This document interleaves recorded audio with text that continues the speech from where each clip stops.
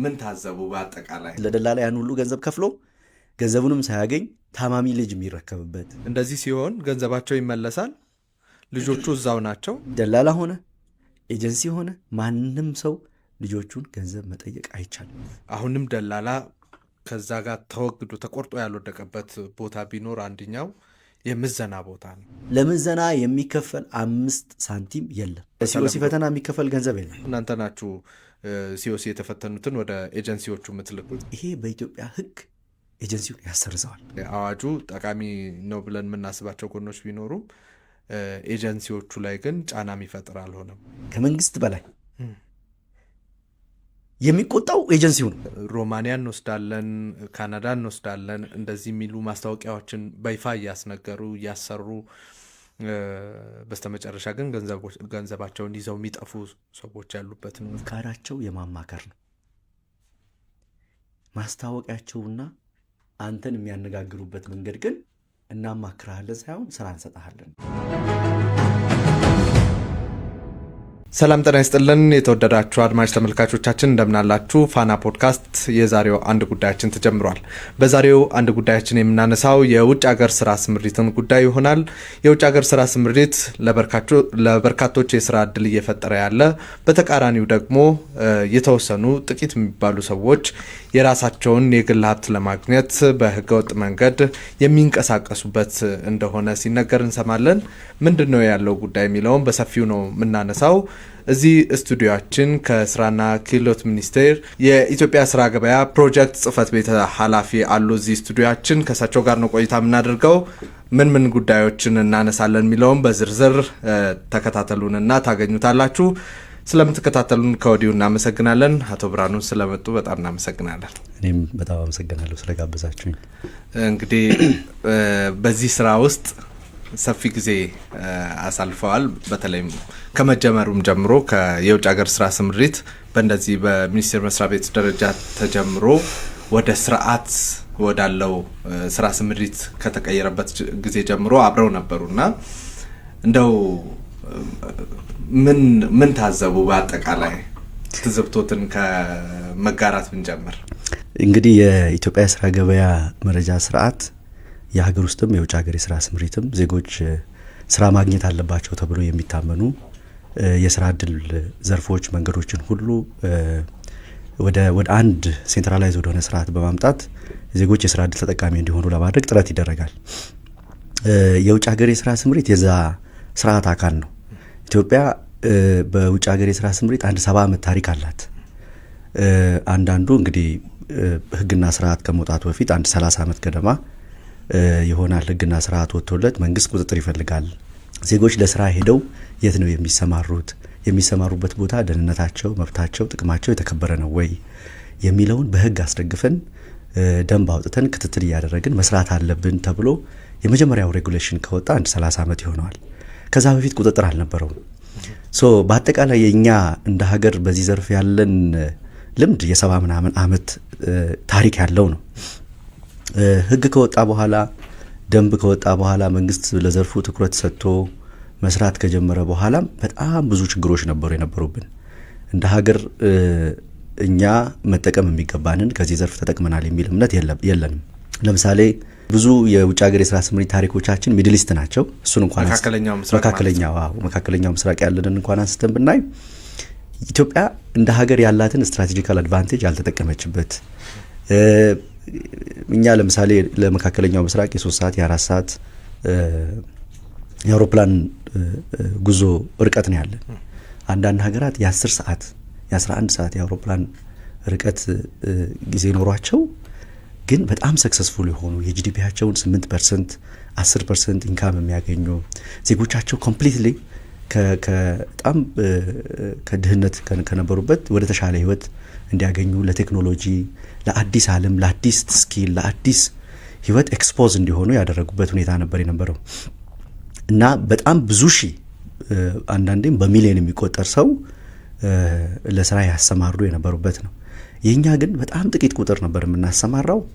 አስከፊነቱም ስፍር ቁጥር የለውም። ብዙ አስከፊ የአረብ ሀገራት ታሪክ የምንሰማው ከዚህ የመነጨ ነው። የመቆጣጠር አቅማችን በጣም ትንሽ ስለሆነ ለዜጎች ደህንነት የዜጎችን ደህንነት ለማስጠበቅ የሄድንበት ርቀት ያስቀመጥናቸው የህግ ማዕቀፎች፣ የአሰራር ስርዓቶች ዜጎቻችን ከተሰማሩ በኋላ የምናደርገው ቁጥጥር ሀገር ውስጥ ከመሄዳቸው በፊት ከደላላ ጋር ያላቸውን ነገር ክትትል አድርገን መንግስታዊ ድጋፍ ለማድረግ የምንሰራው ስራ የነበረበት ደረጃ በጣም አስከፊ ነበር። በጣም ጥቂት ቁጥር ቢበዛ እንግዲህ ምን ታዝበሃል ላልከኝ አንድ የ20 ምናምን ዓመት ታሪካችንን ሰብሰብ አድርገን ስናየው ከ40 ሺና ከ50 ሺህ የዘለለ ሰው ማንልክበት ለመሄድ ወደዛ ሄዶ ወደ ተለያየ ሀገር ሄዶ ለመስራት ይሄ በህጋዊ መንገድ yes ከፍተኛ ገንዘብ ይጠየቅ የነበረበት እና ገንዘብ መክፈል ያልቻሉ ዜጎች ደግሞ በባህር ሄደው በባህር እንግዲህ ለከፋ ችግር የሚጋለጡበት እንግዲህ 2 በሬ የነበረው አባት አንዱን በሬ ሸጦ ልጄ ገንዘብ ሰርታ አምጥታ እኔንም ቤተሰቧንም ትረጉማለች ራሷንም ትቀይራለች በሚል እምነት ለደላላ ያን ሁሉ ገንዘብ ከፍሎ ገንዘቡንም ሳያገኝ ታማሚ ልጅ የሚረከብበት የሞት አደጋ ዜና የሚሰፋበት እንደውም የሥራ ዕድል ተፈጥሮ ዜጎች ተጠቃሚ የሚሆኑበት ሳይሆን የከፋ ችግር ውስጥ ገብተው ማህበራዊ ቀውስ ውስጥ የምንገባበት ነበር የነበረው። ይሄ ሪፎርም መደረግ አለበት፣ መስተካከል አለበት። የሌሎች ሀገራት ተሞክሮ ይሄንን አይደለም የሚያሳየው። የብዙዎቻችንን ቤተሰቦች ቤት ያንኳኳ ችግር በመሆኑ ስርዓት ሊዘረጋለት ተሞክሯል።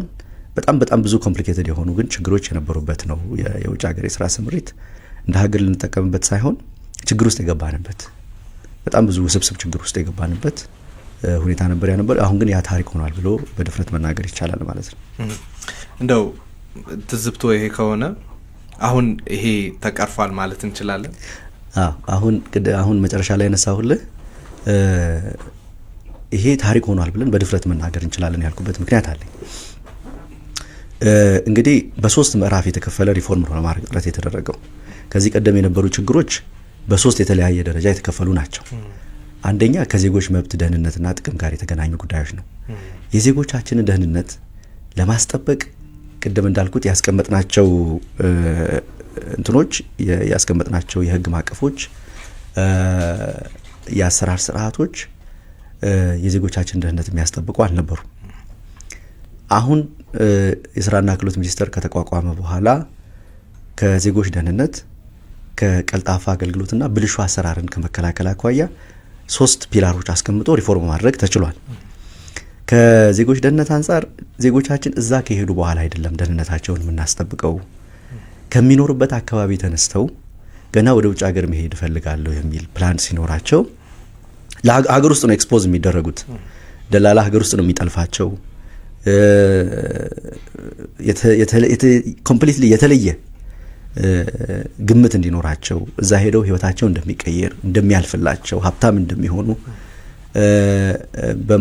የተሳሳተ መረጃ በመስጠት በባህር እንዲሄዱ በህገወጥ መንገድ እንዲሄዱ የገፋፋ የዜጎቻችን ደህንነት ችግር ውስጥ የሚገባው እዚህ ሀገር ውስጥ እያሉ ነው ከሚል ከሀገር ውስጥ የጀመረ የዜጎቻችን ደህንነት ለማስጠበቅ የሚያስችል ስራ ተሰርቷል። የመጀመሪያው ነገር በሚኖሩበት አካባቢ ለውጭ ሀገር የስራ ስምሪት ለመስራት ፈቃደኛ የሆኑ እቅድ ያላቸው ዜጎች የሚመዘገቡበት ስርዓት ተዘርግቷል። ይሄ ወደ 600 ቀበሌ ገደማ ስርዓት ተዘርግቷል ማለት ነው። ምዝገባ ይደረጋል። በአንድ መስኮት አገልግሎት መስጫ ማዕከላት እንላቸዋለን። ስርዓት የሚመዘገብባቸው ቦታዎች ለውጭ ሀገር የስራ ስምሪት ምዝገባ ይደረጋል።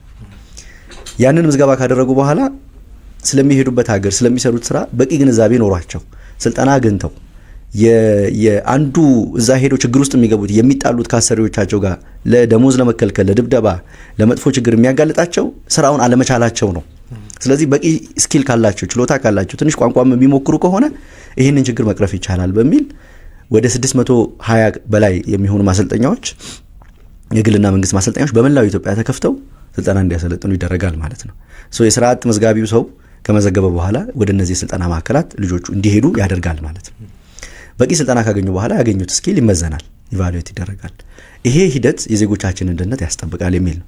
ስራና ክህሎት ሚኒስቴር ጋር የስራ ውላቸው፣ ደሞዛቸው፣ የሚሄዱበት ሀገርና ሌሎች ለመሄድ የሚያስፈልጉ ሰነዶች ቀርበው ከጸደቁ በኋላ ግን የሄዱበት ሀገር ከደረሱ በኋላ አንድም ሰው እንኳን ሊደበድባቸው፣ እንኳን ደሞዝ ሊከለክላቸው፣ እንኳን ጉዳት ሊያደርስባቸው ጫፋቸውን መንካት እንዳይችል የሚያደርግ ስርዓት ደግሞ ተገንብቷል። በፊት ዜጎቻችን የት እንደወደቁ እንኳን አናውቅም። ሞተው መንገድ ላይ እናገኛለን። ኤምባሲዎቻችን ተጠርተው ዜጎቻችሁን አንሱ ይባላል። ይሄዳሉ። ሲያዩ ኢትዮጵያውያን ናቸው። ማን ያመጣቸው ወደዚህ ሀገር፣ የት ነው የመጡት፣ ከየት ሀገር ነው የመጡት የሚታወቅበት ሁኔታ አልነበረም። እዛ ከሄዱ በኋላ ከወረቀት የዘለለ ወረቀት ፓስፖርት፣ የጉዞ ሰነዷን ብቻ ሳይሆን ፊታቸውን ስካን በማድረግ ከዚህ ማን የላካቸው፣ እዛ ማን የተቀበላቸው፣ ማን ነው አሰሪው የሚል ነገር መለየት የሚያስችል ስራ ተዘርግቷል ማለት ነው። ዜጎቻችን ጉዳት ደርሶባቸው ቢገኙ አኮርዲንግሊ እርምጃ መውሰድ ይቻላል። ኢትዮጵያ ውስጥም ያለውን የሚመለከተውን አካል በመዳረሻ ሀገርም ተቀብሎ የሚያሰራው አካል ላይ እርምጃ መውሰድ ተችሏል ማለት። ይሄ በጣም በጣም በጣም በከፍተኛ ቁጥር ቀንሶታል ከዜጎች ደህንነት አንጻር። ብልሹ አሰራርን ከመከላከል አንጻር እንግዲህ አንዳንዴ ሚስ አንደርስታንድ የሚደረገው የውጭ ሀገር የስራ ስምሪት በአንድ ተቋም ተጀምሮ የሚያልቅ አይደለም። የስራና ክህሎት ሚኒስቴር የውጭ ሀገር የስራ ስምሪትን የሚያስፈጽም ተቋም ነው እንጂ ብዙ ነገር አለው ውስጡ። በጣም ጥሩ ምሳሌ ለመስጠት ለጉዞ ለምሳሌ ምርመራ ማድረግ አለባቸው፣ የጤና ተቋማት አሉ እዚህ ውስጥ። ፓስፖርት ማግኘት አለባቸው፣ ኢሚግሬሽን ተቋማት አሉ እዚህ ውስጥ። ከወንጀል ነጻ ሰርቲፊኬት ማግኘት አለባቸው፣ ስልጠና ማግኘት አለባቸው፣ ምዘና ማግኘት አለባቸው። ሌሎች ብዙ ሰነዶች አሉ የሚያሟሉ።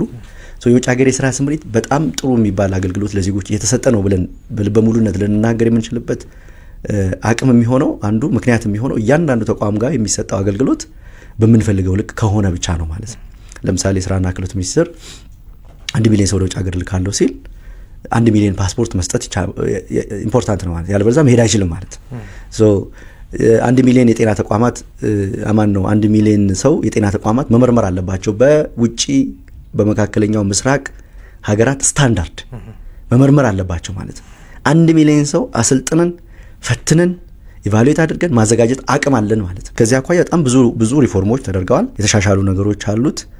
አሁን ሰነድ አሟልቶ የሚመጣ ሰው ከ20 ደቂቃ የበለጠ ጊዜ አይወስድበትም ማለት ነው። በፊት 8 ወር 6 ወር ይወስድ ነበር። ሰው ተማሮ ለምንድን ነው 6 ወር የምጠብቀው ብሎ በባህር ነው የሚሄደው ብሎ የገፋፋው የነበረው ህጋዊው በጣም በቃ አጣብቂኝ ውስጥ የሚከት ነበር። ገንዘብ ካልተከፈለ አገልግሎት ማግኘት አይቻልም። በፊት 8 ወር 6 ወር ይወስድ ነበር። በጣም አሰልቺ ነበር። ከገንዘቡ በላይ ከሚከፈለው 60-80 ሺህ ብር በላይ ደግሞ አዲስ አበባ መጥተው ቤት ተከራይተው ነው ጉዳይ የሚያስጨርሱት። ለከፋ ችግር ይጋለጡ ነበር። ደላላ መሀል ላይ ጠልፋቸው ነበር። ለምን እንደዚህ ትታገላላችሁ፣ በ3 ቀን ትደርሳላችሁ ይል ነበር። ከዚህ አንጻር በጣም ብዙ ነገር ማድረግ ተችሏል ማለት ነው። ቀልጣፋ አገልግሎት አሁን ሰነድ አሟልቶ የሚመጣ ሰው 20 ደቂቃ ይበቃዋል ማለት ነው። ሌላው የብልሹ አሰራርን ከመከላከል አኳያ ሁሉንም ዲጂታላይዝ ለማድረግ ተሞክሯል። አገልግሎቶች እንኳን የስራና ክህሎት የባለድርሻ አካላትም በጣም ጠንካራ ስራ እየተሰራ ነው። ውስንነቶች አሉ የሚያጋጥሙን፣ እነሱ በሂደት እየተቀረፉ የሚሄዱ ናቸው። የህግ ክፍተቶችም ስላሉ አሁን በአዲሱ አዋጅ ተሻሽሏል ማለት ነው ብዙ ነገር። ስለ አዲሱ አዋጅ በደንብ እንድንመጣበት ፈልጋለሁ። ከዛ በፊት ግን አሁን ያሉት ወደ 8 መዳረሻዎች ናቸው በህጋዊ መንገድ የሚካሄድባቸው። አብዛኞቹ ቅድም እንዳልነው የመካከለኛው ምስራቅ ሀገራት ናቸው። 1-2 የአውሮፓ ሀገራት አሉ የኖርዌይን ጨምሮ። ከዛ ውጭ ያሉት ግን በአብዛኛው የመካከለኛው ምስራቅ ሀገራት ናቸው። መዳረሻዎችን ማብዛት ላይ ከሁለትዮሽ ግንኙነቶች ላይ እንደዚህ እኛ ብዙ ሰራተኛ አለን፣ ብዙ አቅም አለን፣ ብዙ ወጣት ኃይል አለን።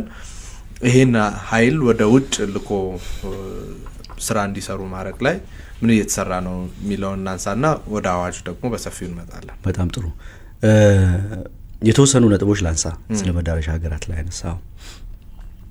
የመዳረሻ ሀገራትን ማስፋት ማለት የመጨረሻው ጎሉ 2 አንድምታ አለው ማለት ነው። አንደኛ የዜጎቻችንን ተጠቃሚነት ማስፋት ማለት ነው። ሁለተኛ የሙያ ቫራይቲ ማስፋት ማለት ነው። አሁን ብዙ ጊዜ የምንሰማው ወደ ውጭ ሀገር የሚሄዱ ዜጎች ሴቶች ብቻ ናቸው፣ ወንዶች የሉም እና ደግሞ የቤት ሰራተኛ ብቻ ነው የምትልኩት፣ ለምንድን ነው የቤት ሰራተኛ ብቻ የምትልኩት የሚል ኢሹ ይነሳል። ባለፉት ተገቢም ነው። ባለፉት 3 አመታት ገደማ የመዳረሻ ሀገራችን ሰራተኛ የምንልክበት ሀገር 4 ሀገራት ብቻ ነበሩ። የሙያዎቹም በከፊል የሰለጠነ ሰው፣ በአብዛኛው የቤት ውስጥ ስራ ላይ ለሚሰማራ ሰው ነው የስራ እድሉ ሲፈጠር የነበረው። ይሄንን ማስፋት አለበት በሚል በጣም ብዙ አግሬሲቭሊ ብዙ ስራዎች ተሰርተዋል። መንግስት ወደ ውጭ ሀገር ለስራ ስምሪት በ3 መንገድ አገልግሎት ሰራተኛ ያሰማራል። አንደኛ የሁለትዮሽ የስራ ስምምነት ከዛ ሀገር ጋር በመፍጠር መንግስት ለመንግስት ለምሳሌ ከሳውዲ አረቢያ ጋር፣ ከኳታር ጋር፣ ከጆርዳን ጋር፣ ከዩናይትድ አረብ ኤምሬት ጋር ሰራተኛ እንፈልጋለን፣ እኛ ሰራተኛ እናቀርብላችኋለን፣ ሙያ በዚህ ደሞዛቸው በዚህ ደህንነታቸውን በተመለከተ እነዚህ ጉዳዮች ከመጡ ይሄን ታስከብራላችሁ በሀገራችሁ ህግ፣ እኛ ደግሞ ይሄን እናረጋግጣለን የሚል ስምምነት እንፈጽማለን። ሁለተኛ ካምፓኒ ከመንግስት ጋር ስምምነት ይፈጽማል። ብዙ ጊዜ ሲጠቀስ ማንሰማው ማለት ለምሳሌ አንዳንድ የአውሮፓ ሀገራት ትልልቅ ሆቴሎች፣ ትልልቅ ሆስፒታሎች፣ ትልልቅ የታክሲ ካምፓኒዎች ሰራተኛ እንፈልጋለን መንግስት ያቀርብልን ብለው ጥያቄ ያቀርባሉ። ስለዚህ ለነሱ የሚያስፈልግ ሰራተኛ በሚያመጡት ሪኳየርመንት መሰረት ለይቶ መንግስት ያቀርባል ማለት ነው። ይሄ የሀገራት ስምምነት አይፈልግም። ሶስተኛው አይነት የሥራ ስምሪት ደግሞ በግል ጥረት የሚገኝ የሥራ ስምሪት ነው። አንድ ሰው በራሱ ተጻጽፎ ተነጋግሮ ስራውን ያገኛል። ለምሳሌ ካናዳም ሊያገኝ ይችላል፣ አውሮፓም ሊያገኝ ይችላል፣ ኤዥያም ሊያገኝ ይችላል፣ የትም ሊያገኝ ይችላል፣ አፍሪካ ውስጥም ሊያገኝ ይችላል። ዘንድ መንግስት ፋሲሊቴት ያርግልኝ የቪዛ ጉዳይ፣ መንግስት ድጋፍ ያርግልኝ ይደግፈኝ ብሎ ጥያቄ ያቀርባል። ያ የሚያቀርበው ጥያቄ ታይቶ አፕሩቫል ይሰጠዋል። እንደዚህ አይነት የሥራ እድሎችም አሉ ማለት ነው። በሶስት መንገድ ነው አገልግሎት ስንሰጥ የቆየ ነው። ከዚህ አንጻር 4 የመዳረሻ ሀገራት የነበሩትን ወደ 8 ማስፋት ተችሏል።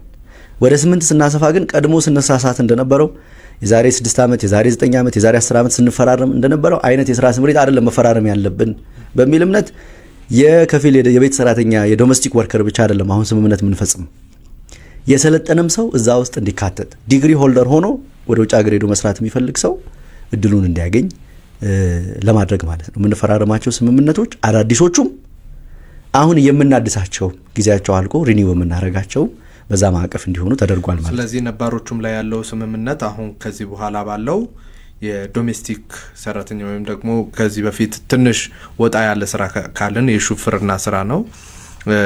ከነሱ ውጭ ሌሎችም የዲግሪ ያላቸውም ሰዎች እንዲቀጠሩ ትክክል ስምምነቱ ውስጥ ይገባሉ። ስናድስ ስምምነታችንን ይሄንንም ጨምረን ነው የምናድሰው ማለት ነው። እሱ ፍላጎት በመዳረሻ ሀገር ባይኖር ኦፍ ኮርስ ኔጎሺዬት የማድረግ አቅም አለን እኛ።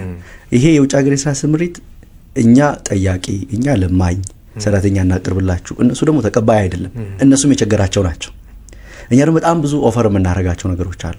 ኢትዮጵያ አንዱ በጣም ስትራቴጂካል አድቫንቴጅ ኮስት ዋይዝ ሪክሩትመንት ኮስት ምንለው አለ። ሰራተኛ ለመቅጠር የሚወጣ ወጪ ከፊሊፒንስ፣ ከኢንዶኔዥያ፣ ከፓኪስታን፣ ከሌላ ቦታ ከባንግላዴሽ ሰራተኛ ለማምጣት ለምሳሌ መካከለኛው ምስራቅ ከአውሮፕላን ትኬት ጀምሮ የሚያወጡት ወጪ እጅግ በጣም ከፍተኛ ነው። እኛ እንግዲህ ኢትዮጵያን ኤርላይንሳችንን እዚሁ ይሄኛ የአፍሪካ የአቪዬሽን ሀብ ነው። ከዚህ ነው ወደ ሌላ ሀገር ዲስትሪቢዩት የሚደረገው። በጣም ቅርብ ነው፣ እንትናችንም በጣም ቅርብ ነው ለመዳረሻ ሀገራት። እንደዚህ ለእኛ የተሻለ እድል ሰጥተውናል። ኔጎሺዬት የማድረግ አቅማችን በጣም ትልቅ ሆኗል ማለት ነው። ያነሳኸውን ጥያቄ ለመመለስ ከባይላተራል ከሁለትዮሽ የጋራ ስምምነት ጋር በተያያዘ በሀገራት መካከል የሚፈጸም አንዱ በጣም ትልቅ ችግር ሆኖ የነበረው ማዕቀፍ ነው፣ የህግ ማዕቀፍ። ሰራተኛ ለማሰማራት መንግስት ለመንግስት ስምምነት ካልተፈጸመ መንግስት ከካምፓኒው ጋር ሊፈጽም ይችላል። ካልተፈጸመ ሰራተኛ ማሰማራት የምንችልበት የህግ ማዕቀፍ አልነበረም። ሌሎች ሀገራት ይሄ ነበራቸው። ለምሳሌ ኬንያ እንደ ምሳሌ ብትወስድ የግድ ከሀገራት ጋር እንፈራረም ብለው አይጠይቁም። ፊሊፒንስን እንደ ምሳሌ ብንወስድ ከሀገራቱ ጋር ካልተፈራረምን አይሉም። ስለዚህ ምንድነው እያደረግን ያለ ነው?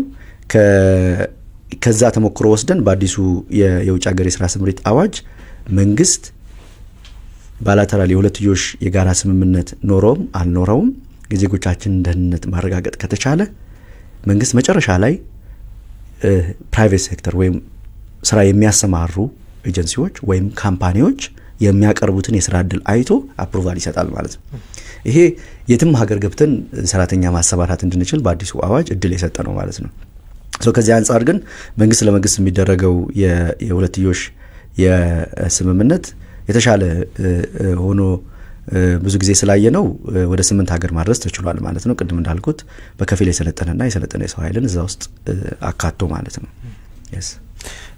አሁን መዳረሻዎቹን ማስፋት ላይ እንግዲህ አሁን አዳዲስ ሀገራትንም ማነጋገር እንደዚህ ይኖራል ብዬ አስባለሁ እና ምን ተስፋ አለን እሱ ላይ? እንዳነሳውል በሁለት መንገድ ማየት ነው። አንደኛ ሚኒስቴር መስሪያ ቤቱ የስራ ገበያ ፍላጎት ያላቸውን ሀገራት በየጊዜው ይጠናል። የት ሀገራት ምን አይነት ፍላጎት አላቸው፣ እንዴት መደራደር ይቻላል፣ እንዴት ለዜጎቻችን እድሉን መስጠት ይቻላል የሚለው ይጠናል። የተጠና ኢንጌጅ ይደረጋል። እንዲሁ ደግሞ ገፍተው ደግሞ በመንግስት ደረጃ የሚቀርቡ ጥያቄዎች አሉ። በውጭ ጉዳይ ሚኒስቴር በኩል ገበያ የማፈላለግ ሮል ከፍተኛ ስለሆነ ለኤምባሲዎቻችን የተሰጠ በዛ መንገድ እያንዳንዱ ሀገር ያለ ኤምባሲ ለሰራተኞቻችን የሚሆን ገበያ አላችሁ ወይ፣ ሰራተኛ ትፈልጋላችሁ ወይ የሚል ጥያቄ ያቀርባል ማለት ነው።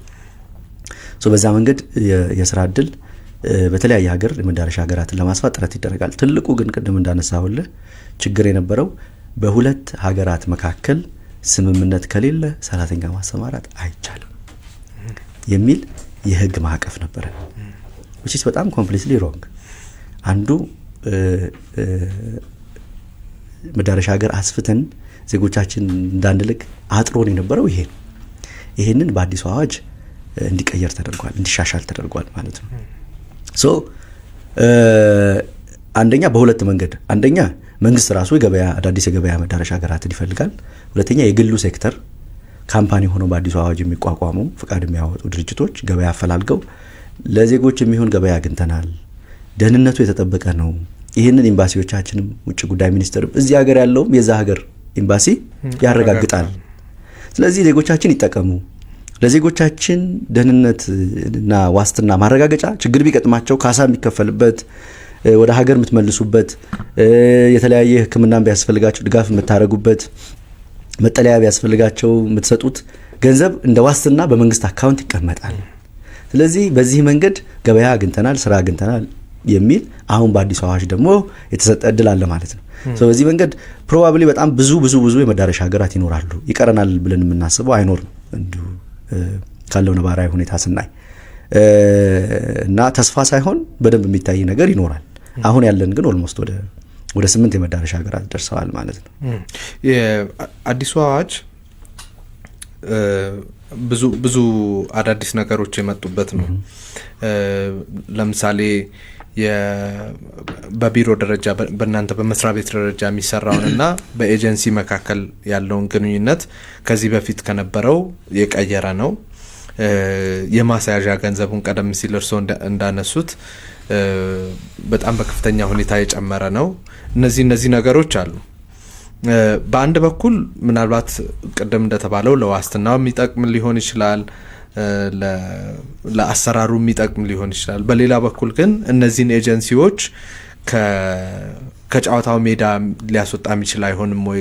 ገንዘቡ ከፍተኛ ስለሆነ እንዲያስይዙ የሚጠየቁት ገንዘብ ከፍተኛ ስለሆነ፣ ከዛ ደግሞ ከዚህ ቀደም እነሱ ነበሩ ሰራተኞችን መልምለው ወደ እናንተ ቢሮ ይዘው የሚመጡት።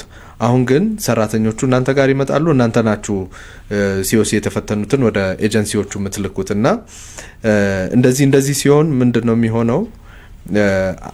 ምናልባት በኋላ በሰፊው የምናነሳው ጉዳይ አንዱ እሱ ይሆናል። እዚህ ውስጥ ህገወጥነቶችም ገብተውበት ህገወጦቹም ተሳትፈውበት አንዳንዱ ምንም ሳያገኝ አመቱን ሙሉ የሚልከው ሰራተኛ ሳይኖር ሌላው ደግሞ እየላከ የሚቀጥልበት ይሆንና የቢሮውን እየከፈለ ቁጭ ይላል ሌላኛው ማለት ነውና እንደዚህ አይነት ነገሮችንም ያመጣ አይደለም ወይ አዋጁ? ጠቃሚ ነው ብለን የምናስባቸው ጎኖች ቢኖሩም ኤጀንሲዎቹ ላይ ግን ጫና የሚፈጥር አልሆነም ወይ?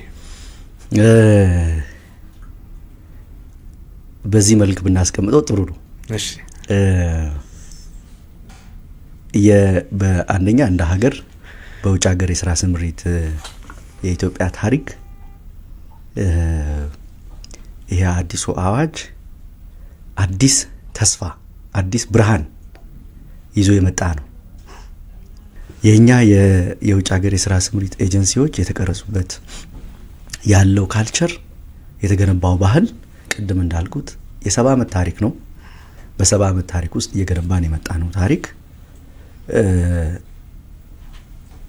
ማንም ሰው ዝም ብሎ ዘሎ ገብቶ ዜጋው መብቱ ተከበረም አልተከበረም የተወደቀም አልወደቀም ከፍተኛ ገንዘብ በህገ ወጥም በኩል በደላላም በኩል እያስከፈለ በመላክ ገንዘብ ለማግኘት የተገነባ በሚመስል ደረጃ ካልቸሩ እንደዛ ነው። የመንግስት ሮል እዚህ ውስጥ ፋይን ላይኑ ያልተለየበት ነው። ወይም የትኛው መስመር ላይ ነው ወደ መቆም ያለበት? መንግስት ኤጀንሲዎችን እየተቆጣጠረ ህግ ነው ማስከበር ያለበት ወይስ ደግሞ ኤጀንሲዎች አጥፍተው ሲገኙ እየቀጣ ሰራተኛ ወደ ውጭ ሀገር እንዳይልኩ እያደረገ አማራጭ ጠፍቶ ዜጎች በህገ ወጥ መንገድ እንዲሄዱ እድል የሚሰጥ? ምክንያቱም ሁሉንም ኤጀንሲ ከቀጣ አብዛኛውን ኤጀንሲ ከቀጣ ሰራተኛ መላክ ይቸገራል። እንዳይልክ ተከለክለዋል ማለት ከከለከልከው የሚመጣው ሰው እድል ለማግኘት የሚመጣው ሰው የሚሄድበት አማራጭ ያጣል። ስለዚህ በደላላውም በምንም አድርጎ ለመላክ እድል ይሰጠዋል ማለት ነው። እኛ እንደ መንግስት ፋሲሊቴት ነው ማድረግ ያለብን። ሰው የስራ እድል ከተገኘ ፋሲሊቴሽን ሰርተን አስተባብረን ተቋማትንም ባለድርሻ አካላትንም ኤጀንሲዎችንም ሰራተኛው ስራ እንዲያገኝ ነው ማድረግ ያለብን። ህግ ማስከበር ነው የትኛው መስመር ላይ ያለ ነው የሚለው ያልተለየበት ነው። ይሄ የሆነበት ምክንያት የህግ ማዕቀፉ ውስንነት ነው። አንዳንዱን ነገር ትንሹን ነገር በማስተካከል አብዛኛው ነገር ተቀይረዋል። ዜጎቻችን ኤጀንሲዎች እንደዚህ አይነት ችግር ውስጥ የገቡት አሁን የገነባነውን ያህል ማን ነው ቅድም ተገነባ ያልኩ በጣም ውስብስብ ችግር የተፈጠረበት ምክንያት በጣም መሰረታዊ ግን አንዳንድ ክሪቲካል የሆኑ ጉዳዮች በደንብ ስላልታዩ ነው። ለምሳሌ ከቅድም ነገር ያለው ዋናው የምናይበት መነጽር መጀመሪያ ከዜጎች ደህንነት አንጻር ነው። የዜጎች ደህንነትን ለማስጠበቅ ኤጀንሲዎች እንደ ዋስትና የሚያዝ $50,000 ወይም ተመጣጣኙን የኢትዮጵያ ብር በባንክ ማስቀመጥ አለባቸው ይላል። አንዳንድ ባንኮች ደግሞ ገና ለገና ኤጀንሲ ልጆቹን ወደ ውጭ ሀገር ለስራ ልኮ ገንዘብ የውጭ ምንዛሬ ዶላር ያመጡልናል በሚል ገንዘቡ ሳያስቀምጡ አስቀምጠዋል ብሎ ደብዳቤ ይጽፋል። ኦኬ ሚኒስቴር መስሪያ ቤቱ ድሮም የነበረው አሰራር ነው፣ የአዲስ አሰራር አይደለም። ያንን ደብዳቤ ይወስድና ለዜጎች ደህንነት የተቀመጠው ዋስትና ገንዘብ ስላለ ብሎ ፍቃድ ይሰጣል። ይሄ ኤጀንሲ ያስቀመጠው ገንዘብ የለም። እኔም ልካት ልጅ ሳውዲ አረቢያ ናት ብሎ ደህንነቱ ያልተጠበቀ ዜጎቻችን ችግር ውስጥ የሚገቡበት ሀገር ቢልካቸው የሚያስጠይቀው የሚጠይቅበት እኛም ወስደን ያንን ገንዘብ ወስደን ልጆቻችንን ለማስመጣት የምንችልበት መንገድ የለም ማለት ነው። ኤጀንሲውም የሚፈራው ነገር የለም ያስያዘው ገንዘብ ስለሌለ። ስለዚህ ደህንነት ተጠበቀ ማለት አንችልም በልበ ሙሉነት። ዩናይትድ አረብ ኤምሬት ነው እቺ ልጅ ምልካት ብሎ ሌላ ሀገር ሊያሻግራት ይችላል ማለት ነው እንደ ሂውማን ትራፊከር። አሁን ያ ገንዘብ በመንግስት አካውንት ይቀመጥና ልጆቹ ችግር ውስጥ ቢገቡ ደሞዝ ባይከፈላቸው እዛ ሀገር መጠለያ ቢቸገሩ ምግብ ቢቸገሩ የአየር ትራንስፖርት ቢቸገሩና ወደ ኢትዮጵያ መመለስ ብንፈልግ ራሳችን ኤክስኪዩት እናደርገዋለን፣ ያንን አውጥተን መጠቀም እንችላለን የሚል በሙሉነት እንዲሰማን ህግ ለማስከበር የሚያስችል ኢንስትሩመንት እጃችን ላይ ሲሆን ግን ኤጀንሲ ይሄንን ገንዘብ መንግስት ሊጠቀም እንደሚችል ሲያምን ምን ማድረግ መጠንቀቅ ይጀምራል ማለት ነው። በፊት ምንም ያስያዘው ገንዘብ አልነበረም። አሁን ግን ገንዘቡ በመንግስት አካውንት ሲሆን ለዜጎች ዋስትና የተሻለ የዜጎችን ደህንነት ያስጠብቃል። ኦኬ ይሄ ኢትዮጵያ ውስጥ ነው ወይ የተለመደ? ማን ነው ኢትዮጵያ ውስጥ ብቻ ነው ወይ? ምልህ ኢትዮጵያ ከዓለም ከ1 እስከ 15 ካሉ ወደ ውጭ ሀገር ለስራ ከሚልኩ ሀገራት 8ኛ ናት። እኛ ብቻ አይደለንም ሰራተኛ ወደ ውጭ ሀገር የምንልከው፣ በጣም ብዙ ሀገራት ይልካሉ። ከነሱ አንጻር የኢትዮጵያን ሁኔታ ስናየው ኢትዮጵያ ጋራንቲ የኤጀንሲ ጋራንቲ በመንግስት አካውንት መቀመጡ ብቸኛ ያረጋትም። ፊሊፒንስ ያስቀምጣሉ፣ ኬንያ ያስቀምጣሉ፣ ኡጋንዳ ያስቀምጣሉ። አንዳንዶቹ ሀገራት እንደውም ተመላሽም አይሆንም። የኛ ኤጀንሲው ፍቃዱን የመለሰ ጊዜ ሰራተኛ መላክ አልፈልግም፣ ገንዘቤን ስጡን፣ እኔ ከዚህ ስራ ውስጥ መውጣት እፈልጋለሁ ካለ ባለ ጊዜ ለልጆቹ ዋስትና ስለሆነ ገንዘቡን ይወስዳል ማለት ነው። እንደዚህ አይነት ነገሮች ከዜጎቻችን ደህንነት አንጻር ኮንሲኩዌንሱ ትንሽ ነገር ይመስላል፣ ግን በደንብ የዜጎቻችንን ደህንነት ያረጋግጣል ብለን መናገር እንችላለን። ነገር ግን የኤምባሲዎቻችን ሮል ደግሞ ከፍተኛ ነው። እያንዳንዱ ቤት እያንዳንዱ ልጆች ሄደው የሚገቡበት ቤት ምን ተመቻችሁ ወይ ችግር አለ ወይ ብሎ ያረጋግጣል ማለት ነው። ይቅርታ ላቋርጥህና ገንዘብ መመለሱ ላይ ትንሽ እንድታነሳልኝ የምፈልገው ነገር ስላለ ነው። አንዳንዶች ልጆችን ከላኩ በኋላ ብዙ ልጆች ከተላኩ በኋላ ኤጀንሲያቸውን ዘግተው ገንዘባቸውን ተቀብለው ተርሚኔት ያደረጉም ስላሉ እኔ ማቃቸው ስላሉ ነው። እንደዚህ ሲሆን ገንዘባቸው ይመለሳል፣ ልጆቹ እዛው ናቸው፣ ለጋራንቲ የሚሆነው ገንዘብ ተመልሷል። አሁን በደንብ የሚከታተለው ማን እንደሆነ እንዴት ነው ወደ ሌላ ነው ትራንስፈር የሚደረጉት? አዋጁ ለዚህ ክሊርሊ ምንድነው ያስቀመጠው? ኤጀንሲ ፍቃድ መልሳለሁ ገንዘቤን ስጡኝ የሚል እንዳልኩ አዲሱ አዋጅ ሙሉ ለሙሉ ወደ ተግባር አልገባም። በመንግስት አካውንት ገንዘብ አስቀምጦ ገንዘቤን ስጡኝ ፍቃዱንም ውሰዱ ያለ ኤጀንሲ የለም። እኛ ጋርም የተቀመጠ ገንዘብ ያለው የለም። ከዚህ በፊት የነበረው ነው። ከዚህ በፊት የነበረው ባንክ ነው እንጂ እኛ ጋር አይደለም የተቀመጠው። ባንክ የተቀመጠውን ወስዶ ቢመጣ ባንክ ያለውን መውሰድ ይችላል። ኦፍ ኮርስ እንደዛ ነው። ምን እንዳልከው የህግ ውስንነቶች አሉበት ማለት እሱን ነው። መጀመሪያም እንደውም አዶን ነው አንተ እንዴት እንደሰማኸው አላውቅም እንጂ ባንክ የተቀመጠ ገንዘብም ጥቂት ነው። ጥቂት ኤጀንሲ ላይ ያስቀምጣል። ብዙ ኤጀንሲ ገንዘቡን ባንክ አላስቀምጥም። ባንኮቹ ለምን እንደሚሰጡ አንዳንዶቹ ባንኮች ቅድም ነግሬሃለሁ የውጭ ምንዛሪ ያመጡልናል በሚል ተስፋ ነው። ትክክል። አንዳንዱ 5.6 ሚሊዮን ገደማ ማስቀመጥ ሲኖርበት 300 እና 400 ሺህ ብር ብቻ አስቀምጦ ይፈቅዱለታል። የቀረውን በብድር መልክ ይሰጡታል። ዞሮ ዞሮ ግን ያነሳው መሰረታዊ ሐሳብ መንግስት ጋርም ተቀመጠ ባንክ ጋርም ተቀመጠ ፍቃዱን የመለሰ ሰው ልጆቹ እዛ ያሉ ገንዘቡን መውሰድ ይችላል ወይ? ነው አይችልም። የላካቸው ልጆች የመጨረሻ የሄደችው ልጅ ወደ ሀገር እንድትመለስ ካረጋገጠ በኋላ ገንዘቡ ይለቀቅለታል ማለት ነው። ልጆቹ 2 አመት ኮንትራት ነው ያላቸው። ሁሉም ሰው 2 አመቱን ሲጨርስ ይመለሳል። ስለዚህ አንድ ኤጀንሲ የላካት ልጅ ኮንትራቷን ጨርሳ ስትመለስ ገንዘቡን መውሰድ ይችላል ማለት ነው። ይሄ አንዱ በአዋጁ የተቀመጠ ነው። ነገር ግን እስከ 10 አመት ድረስ ካለበት ከመብት ጋር በተያያዘ ጥያቄ ኤጀንሲው ላይ ከተነሳ ከተጠያቂነት ነፃ ያደርገው ወደ ኋላ ባክትራክ አድርገን መጠየቅ እንችላለን ማለት ነው። ገንዘቡንም ወሰደም አልወሰደም በህግ ይጠይቃል ችግር ካለ። በዚህ መንገድ ያነሳው የገንዘቡን ወስዷል ሄዷል፣ ስለዚህ አሁን የሚጠይቀው የለም የሚባል ነገር አይሰራም ማለት ነው። ይጠይቃል። ሌላ ቅድም ያነሳ መሰረታዊ ነገር ምደባ ታደርጋላችሁ እናንተ እና ይሄ እንዴት ነው የሚል ነው። ከምደባ ጋር ተያይዞ በጣም በጣም በጣም ፋንዳሜንታል የሆነ ችግር ነበረብን። ለምን መሰለ ችግሩ? ይሄንን ፕሮግራም የሚያደምጥም ሰው በደንብ እንዲረዳው ማለት እንግዲህ የገጠመን ችግር ስናጠና አንዱ አዋጅ መሻሻል አለበት ብለን ስናስብ ያጠና ነው ኤጀንሲዎች በህገ ወጥ መንገድ አሁንም ከልጆቹ ገንዘብ ይወስዳሉ። 50 ሺህ 40 ሺህ 50 ሺህ ብር ገንዘብ ይወሰዳል እና ጥቆማዎች ይመጣሉ። በተለያየ ጊዜ ልጆቹ ይመጡና እኛ ጋር ገንዘብ ከፍለን ነበር፣ ገንዘባችንን ኤጀንሲ ወስዷል ተቀብሏል። ይሄ በኢትዮጵያ ህግ ኤጀንሲውን ያሰርዘዋል። ገንዘብ መቀበል አይቻልም። ስለዚህ ልጆቹንም ጠርተን ኤጀንሲውንም ጠርተን ወጭ አድርገን ለምንድን ነው ገንዘብ የተቀበልከው የሚል ወሬ ልንጀምር ስንል ከልጆቹ በላይ ማን ነው ከኛ በላይ ከመንግስት በላይ የሚቆጣው ኤጀንሲው ነው። ለምንድን ነው ገንዘብ የምትከፍሉት ይላል። ልጆቹ በነፃ እንደምትሄድ አታውቁም ወይ? ልጅቷን የከፋዩን የከፈለውን ወይ እሷን ቁጭ አድርገን ለማን የከፈልሽው ሲባል ቀጥታ ለኤጀንሲው አትከፍልም። መሀል ላይ ደላላ ሆኖ ለሚሰራው ነው የሚከፈልለት።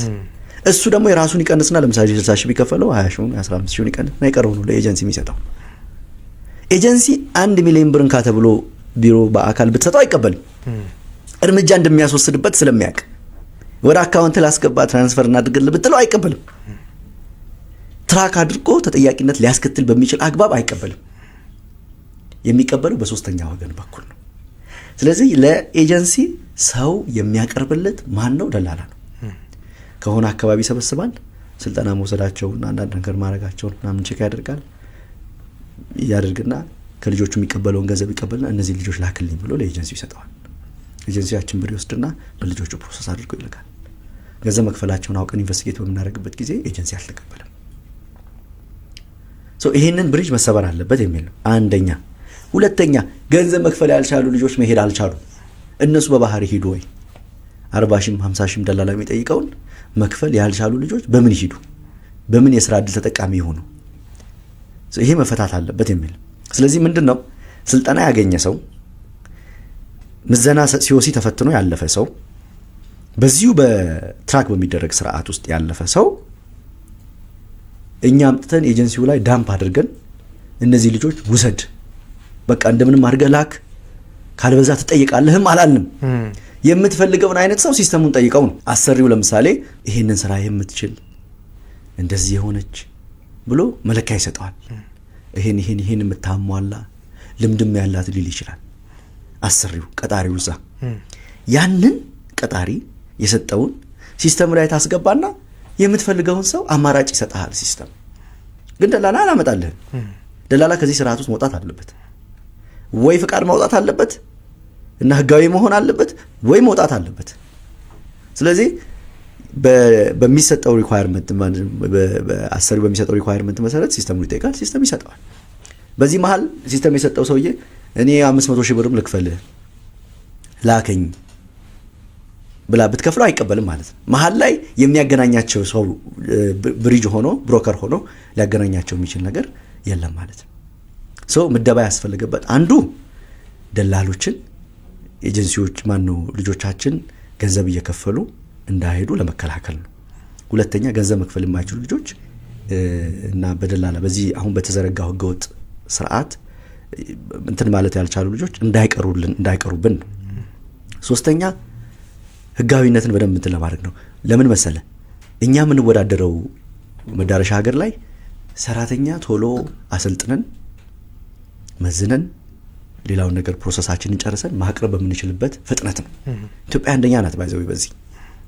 ፊሊፒንስ ሚኒመም 1 ወር ከ15 ቀን ይወስዳል። ኬንያ እስከ 2 ወር ይወስዳል። ኢትዮጵያ አሁን ባለን አሰስመንት በአማካይ ከ2 ሳምንት እስከ 1 ወር ጊዜ ይወስዳል። ሰልጥኖ የተቀመጠ ሰው ኦሬዲ ሲስተም የሚሰጥ ከሆነ 1 ሳምንት ይበቃል ማለት ነው ሰራተኛ ለመላክ። ይሄ የበለጠ ፍጥነታችንን ባቀላጠፈው ቁጥር የገበያችንን እያሰፋው የምንወዳደረው አንዱ በሱ ስለሆነ እያሰፋው ብዙ ኢትዮጵያውያን እድል እያገኙ ይመጣሉ ማለት ነው። ብዙ አድምታዎች አሉት። ዜጎቻችንም ለመጠበቅ ነው። እንዳልኩ ደግሞ ብሮከሮች ወይም ደላላዎችን ከዚህ ውስጥ ለማውጣት ቅድም ያነሳው የኤጀንሲዎቹን አያስወጣም ወይ አዲሱ አዋጅ ያልከው እንደውም በጣም ይጠቅማቸዋል። ብርሃን ነው የሆነላቸው ብያለሁ። አዲስ ተስፋ ነው የሆነላቸው። ለምን መሰለ በፊት ጥርጥር ያደረጋቸው ነገሮች ነበሩ። አዋጆቹ ቀደም ብሎ የነበሩ ስራ ላይ የነበሩ አዋጆች ያጠሯቸው ነገሮች ነበሩ። አሁን ከ50,000 እስከ $250,000 ወይም ተመጣጣኝ የኢትዮጵያ ብር በሚኒስቴር መስሪያ ቤቱ አካውንት በዝግ አካውንት ይቀመጣል ለዜጎች ደህንነትና ዋስትና። በሱ ደህንነት እናረጋግጣለን ብያለሁ። ግን ለምንድነው 250,000 50,000 ኤጀንሲ መጥቶ ገንዘብ በሚኒስቴር መስሪያ ቤቱ አካውንት ለዜጎች ዋስትና የሚያስቀምጥበት ምክንያት ምንድነው? የሚገፋፋው ያንን ለማድረግ ለምን ይመጣል የሚለው በጣም ኢምፖርታንት ነው። እያንዳንዱ አሁን ኤጀንሲ በ5 ደረጃ ተከፋፍሏል። እያንዳንዱ ደረጃ ላይ የሚያገኘው ጥቅም ክሊርሊ ተቀምጧል። የታገር ምን ያህል ሀገር መላክ እንደሚችል ከስንት ውጪ ከሚገኙ ካምፓኒዎች ጋር የሥራ ስምምነት መፈጸም እንደሚችል ገበያ ማለት ነው የሥራ ስምምነት መፈጸም እንደሚችል ሁሉ ተቀምጧል። እና ይሄ በጣም በተለይ አንብቦ እና ቀርቦ ደግሞ የውጭ ሀገር የሥራ ስምምነትን በደንብ ተረድቶ ለሚሰራው ሰው በጣም ትልቅ እድል ነው። ለዜጋም እድል ነው፣ ለዜጎቻችን ለሀገርም ትልቅ እድል ነው፣ ለኤጀንሲዎቹም ትልቅ እድል ነው። እዚህ ላይ አሁን ምናልባት መዳረሻዎቹ በይፋ በመንግስትም በካምፓኒም ደረጃ ስምምነት ያልተደረገባቸው ማስታወቂያዎች ላይ ጭምር የምናይባቸው ሰዎች በሚሊዮኖች የሚበሉባቸው የስራ መዳረሻዎች እናንተ የሚያያችሁ የተመለከታችሁ ይመስለኛል። ሮማኒያ እንወስዳለን፣ ካናዳ እንወስዳለን፣ እንደዚህ የሚሉ ማስታወቂያዎችን በይፋ እያስነገሩ እያሰሩ በስተመጨረሻ ግን ገንዘባቸውን ይዘው የሚጠፉ ሰዎች ያሉበት ነው እና ይህን እንዴት ነው የምትከታተሉት? ምንስ እየተደረገ ነው? ብዙ ገንዘባቸው የተበላ እናንተ ጋር የሚመጡ የሚያለቅሱ ሰዎች እንዳሉ አስባለሁ እና ምንድነው እየተደረገ ያለው እዚህ ላይ? ኦኬ እንትኑን በደንብ ክሊል እንድንረዳ ህገወጥ በሁለት መንገድ ከፍለን ነው። አንድ በባህር የሚደረግ ህገወጥ መንገድ እሱ በጣም የለየለት ነው። ሁለተኛ በአውሮፕላን ነው የሚደረገው።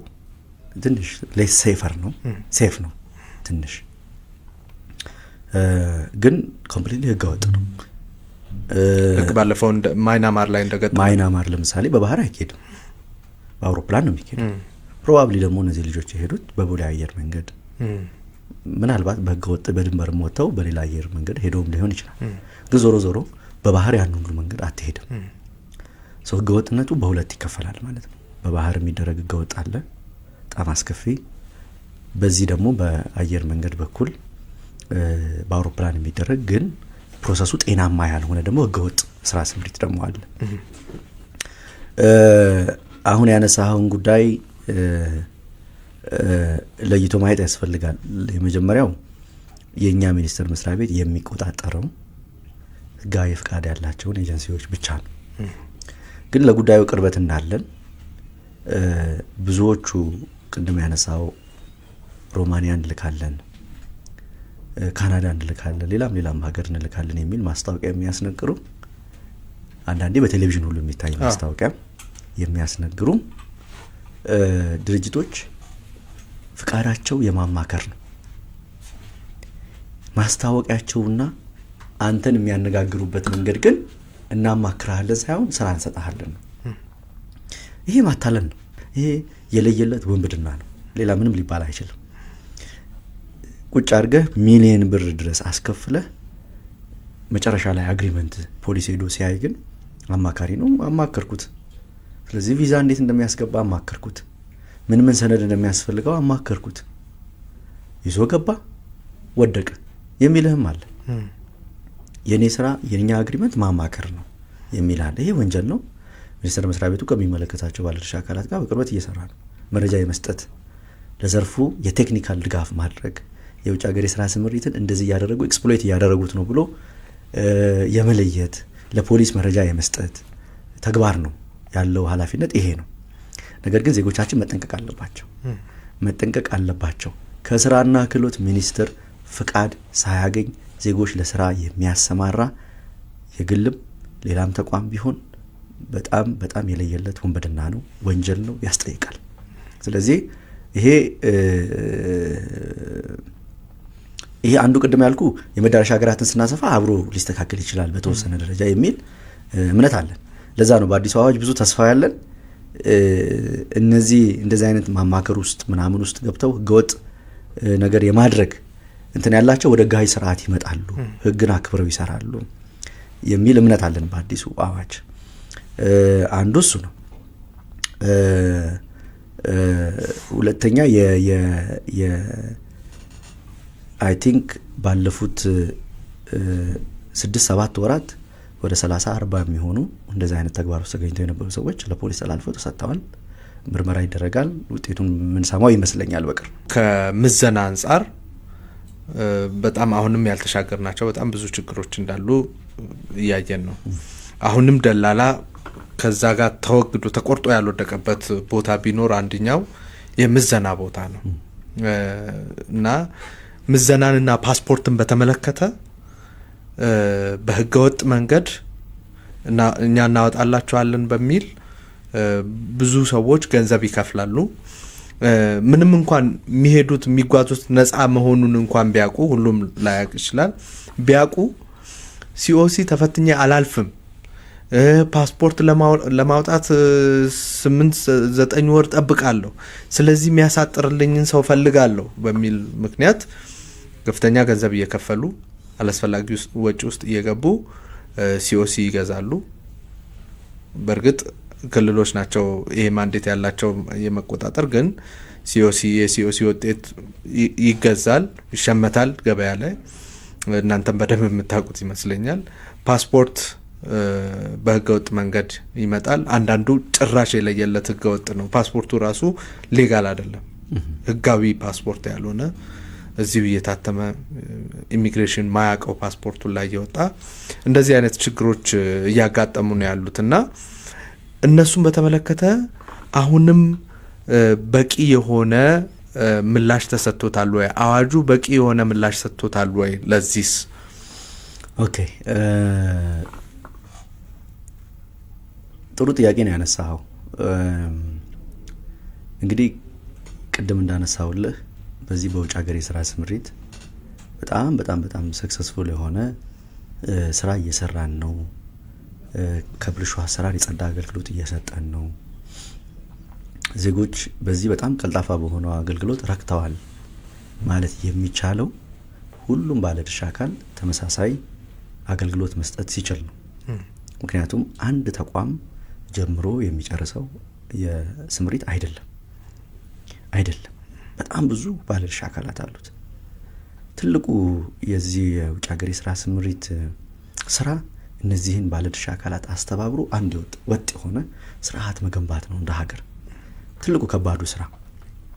ምክንያቱም ተቋማት የራሳቸው ፕራዮሪቲ ያላቸው፣ የራሳቸው እቅድ አላቸው፣ የራሳቸው ከእቅዳቸው ጋር የተዛመደ ለውጭ ሀገር የስራ ስምሪት የተለየ ድጋፍ አድርገው ሊሰጡ የሚችሉበትን የአሰራር ስርዓት በየተቋማቱ መዘርጋት በጣም በጣም በጣም ትልቁና ከባዱ ስራ ነው። እንዳልከው አንዱ የኛ ችግር የውጭ ሀገር የስራ ስምሪት ችግር አዲስ አዋጅ ጋር መተን ለማየት የሞከርነው የሰፕላይ ሳይድ ችግር ነው። የሰው ኃይል አቅርቦት ስልጠናም ምዘናም ጋር ያሉ ችግሮችን ይጨምራል። ስልጠናን በተመለከተ የስልጠና ፈቃድ የሚሰጠው የከፍተኛ ትምህርት ተቋማት ባለስልጣን አለ ይመስለኛል። ፈቃድ ያስፈልጋቸዋል።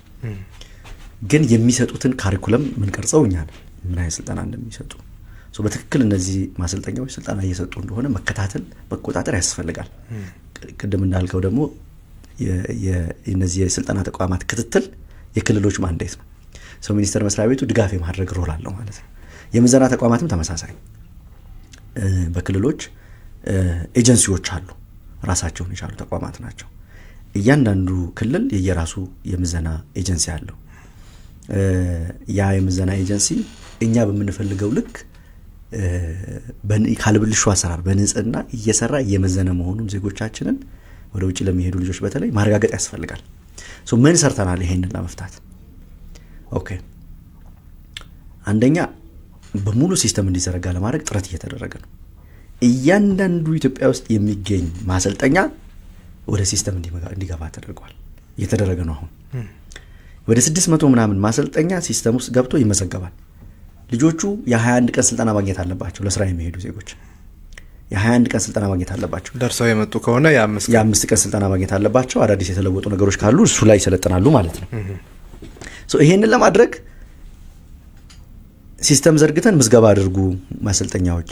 ስለዚህ እኛ 21 ቀን ሞልቶታል አልሞላትም ልጅቷ ከተመዘገበች የሚለውን እንከታተላለን ስንል ልጆቹ ተመዝግበው ይሄዳሉ። ትመጣለች፣ ትመዘገባለች፣ ስልጠናውን ሳትሰለጥን ትሄድና 21 ቀን ሲሞላት ተመልሳ ትመጣለች፣ ስልጠና ሳታገኝ ማለት ነው።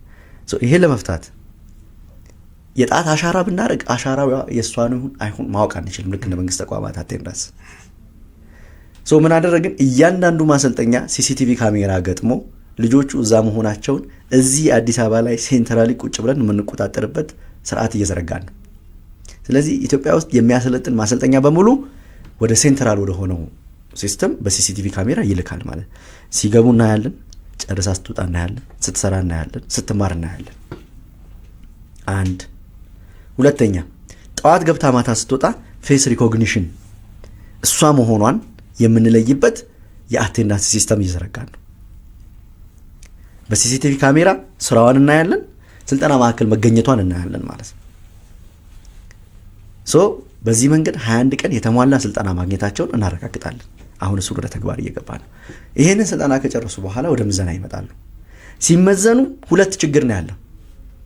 ቅድም እንዳልከው አንዳንድ አካባቢ አንዳንድ ቦታ የምናየው ልጆቹን ሆን ብሎ መጣልም አለ። ገንዘብ ከፍለሽ እንዲያልፉ ለማድረግ ጥረት ይደረጋል። አንዳንድ አካባቢ እነሱ ላይ ክትትል እየተደረገ እርምጃ ይወሰዳል። ግን ችግሩ ስትራክቸራል ችግር ነው። ስለዚህ የምንፈታው ሲስተም በመዘርጋት እንዴት አድርገን ነው ሲስተም የምንዘረጋው? የናሽናል የምዘና ሰርቲፊኬሽን ስርዓት እየዘረጋን ነው። አሰሪው ማን ነው? ፈታኙ ማን ነው? ተፈታኟ ማን ናት? አይተዋወቁም። ጠዋት ፈተናለሽ ብሎ ሜሴጅ ይልካል። ቦታዋ ላይ ስትገኝ እሱም በሲሲቲቪ ካሜራ እያንዳንዱ የሰራችው ነገር በቼክሊስት ሲስተሙ ላይ ልክ እንደ ጥሩ ምሳሌ በተወሰነ ደረጃ ጥሩ ምሳሌ የሚሆነው የመንጃ ፍቃድ ፈተና አይነት ማለት ነው። በካሜራ የሚደረግ ፈተና እንዲሆን የፓይለት ሙከራ ተጀምሯል። አዲስ አበባ ላይ ተጀምሯል፣ ኦሮሚያ ላይ ተጀምሯል፣ ሀረር ላይ ተጀምሯል። በቅርቡ አይ ቲንክ በሁሉም ክልል ይጀምራል። ሶ ሲስተሙ ራሱ አውቶማቲካሊ ሰርቲፊኬትም ጀነሬት ያደርጋል። ሶ ምንም ጭቅጭቅ የለም፣ ምንም ንግግር የለም፣ ምንም ወደዛ ወደዚህ የለም ማለት ነው። አንድ ሰው ሌላው ምንድነው ያደረግነው? ልጆቹ እንግዲህ ይሄ አሁን የምናወራው ስልጠናው ምዘናው ሄደው ውጤታማ ስራ መስራት ይችላሉ፣ አሰሪዎቻቸው ጋር የሚያኮራ ስራ መስራት ይችላሉ ወይ የሚለውን ማረጋገጥ ነው የፈለግነው። ስለዚህ ከአሰሪዎቻቸው ደግሞ ፊድባክ እንወስዳለን። ልጅቷ እንዴት ናት ወይ ልጁ እንዴት ነው መስራት ይችላል ወይ? ምን አያችሁ? ክህሎት የለውም መስራት አይችልም የሚል ፊድባክ ከወሰድን በኋላ እንመጣለን። ወደ ኋላ ትራክ እናደርገዋለን ማለት ነው። 21 ቀኑ እንዴት ሰለጠነች? ምዘናው እንዴት ተከናወነ? ምዘናው ላይ ሲሲቲቪ ካሜራው ላይ ምን ነበርን? ስትሰራ አይተናል፣ ሲሰራ ታይቷል፣ እንዴት አለፈ የሚለው ይጠናል ማለት ነው። ሶ በዚህ መንገድ ስርዓት እየዘረጋን ስትራክቸራል የሆነውን ፕሮብሌም ለመፍታት ጥረት እየተደረገ ነው ማለት ነው። አይ ቲንክ አሁን የፓይለት ሙከራ ላይ ያለነው ለምሳሌ ሲኦሲ በተመለከተ ምዘና ነው ስልጣን አካባቢ ወደ ሲስተም እያመጣናቸው ነው እነዚህን ተቋማት። ዞሮ ዞሮ በዲጂታል መንገድ ሶሉሽን ለመስጠት እየተሞከረ ነው ማለት ነው። ፕሮባብሊ ከ2 ወር ከ3 ወር በኋላ ችግር መሆኑ ይቀራል። ምናልባት እዚህ ላይ የመንጃ ፈቃዱን የአሽከርካሪ ብቃት ማረጋገጫውን እንደ ምሳሌ ስላነሱ ትንሽ ሪፍሌክት ላርክ። አንዱ የአሽከርካሪ ብቃት ምዘና ላይ ችግር የሆነው የሲስተሙን ኮራፕት ማድረግ ወይም ደግሞ የሶፍትዌሮቹን ለራስ ጥቅም በሚበጅ መልኩ እንዲሰሩ ማድረግ እዛ ደረጃ ተደርሷል እና ምናልባት እነዚህን ጉዳዮች የሚመለከታቸው አካላት ራሳቸው ቀርበው ምላሽ ቢሰጡበት ጥሩ የሚሆን ይመስለኛል። ግን እዛ ደረጃ የሚደርሱ ህገወጥነትን በጣም በቃ ዋና የገቢ መንጫቸው አድርገው የሚኖሩ ሰዎች አሉና ሲስተሙ በዚህ መልኩ የማይበረዝ መሆኑን ስርዓቱ በዚህ መልኩ ለግል ጥቅም የማይውል መሆኑን በምንድነው ማረጋገጥ የሚቻለው? ካሜራው ተበላሸ ይባላል። ለምሳሌ ካሜራ የሚቀረጽባቸው ቦታዎች ካሜራው ተበላሸ ይባልና በሃንድ ካሜራ እንዲቀረጽ ይደረጋል። የሌላ ቀን እየመጣ የሌላ ሰው እየተቀረጸ እንደሱ አይነት ነገሮች አሉና እዚህ ላይ ይሄ ችግር እንደማያጋጥም በምን እርግጠኛ መሆን እንችላለን?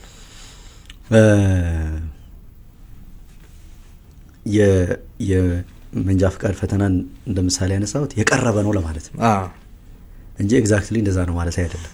ይሄ በጣም ቱ አድቫንስድ ነው እንዳልኩ፣ ሰውም አይነካው፣ ኮምፕሊትሊ ከሰው ነፃ ነው እና ሌየሮች አሉት ደግሞ የሴኩሪቲ ሌየሮች አሉት። እነዛ ሌየሮች ይህንን ችግር ያረጋግጣሉ የሚል እምነት አለ። ቅድም እንዳነሳኸው ሲስተም ጠፋ፣ ሲሲቲቪ ካሜራ ቆመ ምናምን የሚል ኤክስኪዩዞች አይሰሩም። በዚህ ኦኬ አይሰሩም። ከሌላ አይመዘንም ማለት ነው። 21 ቀን የፌስ ሪኮግኒሽን አቴንዳንስ ላይ ከሌለች አትፈተንም ማለት ነው። ምንም ኤክስኪዩዝ የለም። ማሰልጠኛው እንዳልኩ እኛ ዋናው አላማችን የመዳረሻ ሀገር ያለ ቀጣሪ እቺ ልጅ ክህሎት ያላት ናት ወይ ክህሎት ያለው ነው መስራት ይችላል ስራውን የሚል ኮንፊደንስ እንዲኖረው ነው። ያንን ለኛ እንዲነግረን ነው። በተደጋጋሚ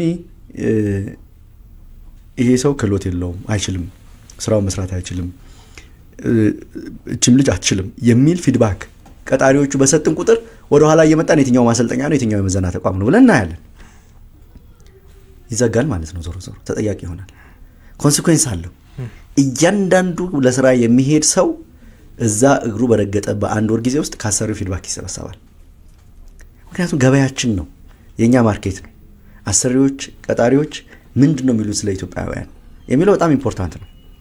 ስለዚህ ፊድባክ ወስደን ማሰልጠኛ ተቋሙ ተጠያቂ የሚሆንበት አዲሱ መመሪያ ላይ ተካቷል።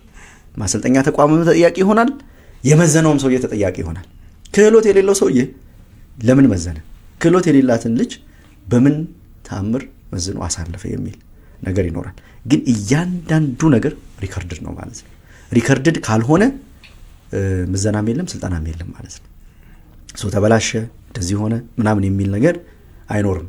ቅድም ያነሳሃቸውንና ሌሎች አሁን አንተ ያላነሳሃቸውን ችግሮች በሙሉ ይሄንን ችግር በዚህ ብንፈታው፣ ይሄንን ችግር በዚህ ብንፈታው፣ ይሄ እንደዚህ ቢሆን ተብሎ ነው ሲስተሙ ዲዛይን የተደረገው።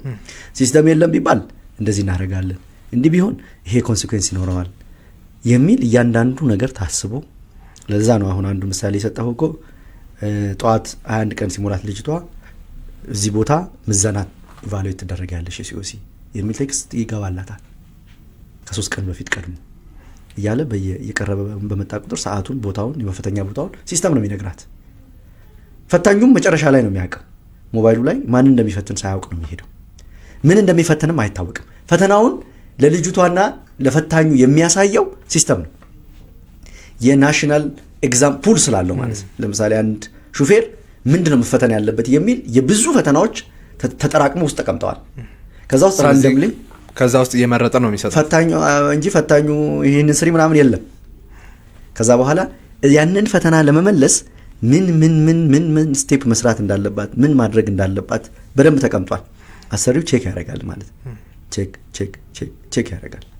አይተዋወቁ እና ብዙ ግምት ውስጥ የገቡ ጉዳዮች አሉት። ብዙ ነገሮች ደግሞ የሚመጣው ነገር እያየን ደግሞ አኮርዲንግሊ አፕዴት እየተደረገ ይሄዳል። ግን ብዙዎቹን ችግሮች ያቃልልልናል። የፓስፖርቱን ጉዳይስ?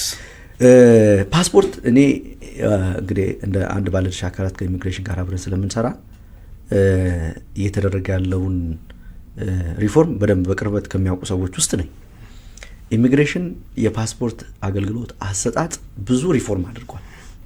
ፓስፖርት ችግር በማይሆንበት ደረጃ ኢትዮጵያ ውስጥ መታተም ጀምሯል። የጊዜ ጉዳይ ነው። እኛ ለምሳሌ እንደ ስራና ክህሎት ሚኒስቴር ወደ ውጭ ሀገር ለስራ የሚሄዱ ልጆች የፓስፖርት ችግር ይገጥማቸዋል የሚል እምነት የለንም። የፓስፖርት ችግር ኢምፖስተሮች ግን አሉ እንዳልከው። ኢምፖስተር ማለት 25,000 ለመክፈል አቅም የሌላቸው በ5,000 ደግሞ 2 ወር መጠበቅ የማይችሉ ደላሎች የሌላ ሰው ፓስፖርት ወይ ፌክ የሆነ ፓስፖርት አሰርተው ኢሚግሬሽን ለማሳለፍ ኤርፖርትን ለማሳለፍ የሚመሳሰል ሰው ፓስፖርት እየፈለጉ የሚሰራ ኢምፖስተር ግን አለ። አንድም ግን ያለፈ አይመስለኝም። በየቀኑ ቁጥጥር ስለሚያደርጉ እኛም የተወሰነ በስራ ምክንያት የሚሄዱት ሪፖርት ይደርሰናል። ከዚህ አንጻር ኢሚግሬሽን በጣም ትልቅ ስራ እየተሰራ ነው የሚል ነው። የኛ ግን ኮንሰርን ቅድም እንዳልኩ 2 ወር ምናምን ይወስዳል። ለምሳሌ አስቸኳይ ያልሆነ ፓስፖርት ከ1 ወር እስከ 15 ቀን እስከ 2 ወር ሊወስድ ይችላል። ይሄንን ችግር እንዴት እንፍታ? እኛ የምንወዳደረው በሳምንት ነው፣ በ2 ሳምንት ጊዜ ሰው በማቅረብ ነው። ሰው አሰልጥነን አብቅተን ስራ ቦታ ላይ በማስቀጠር ነው የምንወዳደረው። ስለዚህ ይሄን እንዴት እንፍታ የሚል ምክክር አለን ከኢሚግሬሽን ጋር። የደረስንበት ነገር ማሰልጠኛ ተቋማት 21 ቅርንጫፎች አላቸው ብያለሁ። የኛን ማሰልጠኛ ተቋሞቻችን እና የኢሚግሬሽን ቅርንጫፍ ኦፊሶችን ማስተሳሰር። ለምሳሌ እዚሁ ሸገር ዙሪያ አካባቢ ያለ ማሰልጠኛ ተቋም ሸገር ካለው የኢሚግሬሽን ቅርንጫፍ ቢሮ ጋር ፓስፖርት የሚሰጥ ቅርንጫፍ ቢሮ ጋር ይተሳሰራል። ልጆቹ ማሰልጠኛ ውስጥ እያሉ ባጠረ ጊዜ ፓስፖርት ሆልደር ይሆናሉ ማለት ነው። ከዛ አንጻር ገና ፕሮሰስ ሳይጀምሩ፣ ቪዛ ሳይወጣ፣ ሕክምና ሳይሄዱ፣ ምርመራ ሳያደርጉ፣ ኮንትራት ሳይፈርሙ ፓስፖርት ያገኛሉ ማለት ነው። የኛ ልጆች በጣም ባጠረ ጊዜ ፓስፖርት እንዲያገኙ ከኢሚግሬሽን ጋር በቅርበት እየሰራን ነው። ይቃለላል። አሁን ያለው ችግር እንትኑ እየጠነከረ ሲመጣ ትስስሩ ቅርንጫፎቹና የኛ ማሰልጠኛዎች እየጠነከረ ሲመጣ እንደውም ማሰልጠኛ ተቋሞቻችን ውስጥ ገብቶ ስልጠና ማግኘት አንዱ ቤኔፊት ኢሚግሬሽን ፓስፖርት ማግኘት ነው በቀላሉ የሚል ህጋዊውን ኢንካሬጅ የሚያደርግ ስርዓት ሁሉ እንዘረጋለን የሚል እምነት አለ። ምናልባት የሐሰተኛ ልደት ሰርቲፊኬት እያዘጋጁ ገና 18 ዓመት ያልሞላቸውም ልጆች ፓስፖርት እያወጡ የሚሄዱበት አግባብ አለ ወይ? አለ። አንዳንድ ምልክቶች አይተናል። 16ም 17ም ዓመት የሞላቸው ልጆች እድሜያቸው ሳይደርስ የልደት ሰርቲፊኬታቸው ልክ 18 ዓመት እንደሞላቸው ተደርጎ እየተሰራ ፓስፖርት አውጥተው ያው ፓስፖርት ነው ኮመንሊ እኛ ሁላችንም የምናየው እዛ ሲደርሱ ግን እድሜያቸው ገና መሆን የምታይበት ሁኔታ አለ። ተጠያቂነት ያመጣል፣ ይጠየቃል። አሁን እያንዳንዱ ሰው ሪከርድድ ስለሆነ በዚህ በውጭ ሀገር የስራ ስምሪት ወደ ኋላ እየመጣን እንጠይቃለን። አሁን እየመጣ ያለው ቅድም እርስዎ እንዳሉት ተስፋ ሰጪ ነገር አለ። የውጭ ሀገር ስራ ስምሪት የስራ እድል ከመፍጠር አንጻር ብቻ ሳይሆን የሚታየው በጣም ብዙ አንድምታዎች አሉት። በህጋዊ መንገድ ሬሚተንስ ማግኘት የሚመጣው ሬሚተንስ ትልቅ ነው። የኢኮኖሚ ተጠቃሚነቱ ሰፊ ነው። ማህበረሰባችንን እንለውጣለን፣ ብዙ ነገሮች ይኖሩታል እና እንደው እናንተ በዚህ በውጭ ሀገር ስራ ስምሪት ይመጣል ብላችሁ ተስፋ የምታደርጉት ነገር ምንድን ነው? ከባድ ጥያቄ ነው። ለምንድን ነው ከባድ ነው ማለት? የመጀመሪያው ነገር ዜጎቻችን በባህር መሄዳቸው የባህር ሲሳይ መሆናቸው መቆም አለበት። የኛ እቅድ 400,000 500,000 1 ሚሊዮን 2 ሚሊዮን ሰው መላክ አይደለም። የኛ እቅድ ማንም ሰው ከአንድም ሰው ቢሆን ከባህር ሲሳይነት ተርፎ ወደ ውጭ ሀገር ለስራ ለመሄድ ሲያልም ህጋዊውን መምረጥ ሲጀምር ነው። ወደ ውጭ ሀገር ለስራ የምንልከው ሰው በሙሉ የመስራት ወደ ውጭ ሀገር ሄዶ ለመስራት ፍላጎት ያለው በሙሉ የሰለጠነም በከፊል የሰለጠነም ይሁን በማንኛውም ፖዚሽን ላይ ያለ ሰው አማራጭ ብቸኛው አማራጭ በህጋዊ ውጭ ሀገር የስራ ስምሪት ማድረግ ነው። ምክንያቱም ማይግሬሽን የሚቆም ጉዳይ አይደለም። ይዘቱንና ቁጥሩን ሁኔታውን እየቀያየረ መውጫውን እየቀያየረ ይሄዳል እንጂ ልታስቆም የምትችለው ነገር አይደለም። በተለያየ ዘመን ኢትዮጵያ ውስጥ የኢኮኖሚ ጥያቄ፣ የፖለቲካል ሚሹ፣ የትምህርትም እየተባለ በተለያየ ምክንያት ሰው ይሰደዳል። ህጋዊ ቻናሉን ተከትሎ ይሰደዳል። በህገ ወጥ አሁን ወደ ሊቢያም ወደ ምንም የምናየው ስደት አለ። ያንን ስደት ወደ ህጋዊ ውጭ ሀገር የስራ ስምሪት የኢኮኖሚ ጥያቄ ከሆነ የስራ ጥያቄ ከሆነ ማምጣት ነው። አንዱ ትልቁ ታርጌታችን እሱ ነው። ሁለተኛ የሀገር ሉዓላዊነት የሀገር ክብር መገለጫው የዜጋ ክብር ነው። ዜጎቻችን መንገድ ላይ ወድቀው የትም ሀገር ይሁን የት ሲገኙ የኢትዮጵያ ብራንድ አምባሳደሮች ናቸው። በቃ ኢትዮጵያ ማለት እንደዛ ነው ማለት ነው። ኢትዮጵያ የምትገለጸው በዜጎቻችን ነው። አሰልጥነን አስተምረን ደህና ልብስ ለብሰው ጽዳታቸውን ጠብቀው ጥሩ ጫማ አድርገው ስለ ራሳቸው መብት አውቀው በየቤቱ በየድርጅቱ የገቡ ኢትዮጵያውያንን የሚያይ ደግሞ ኢትዮጵያውያን ለካ እንዲህ ናቸው ይላል።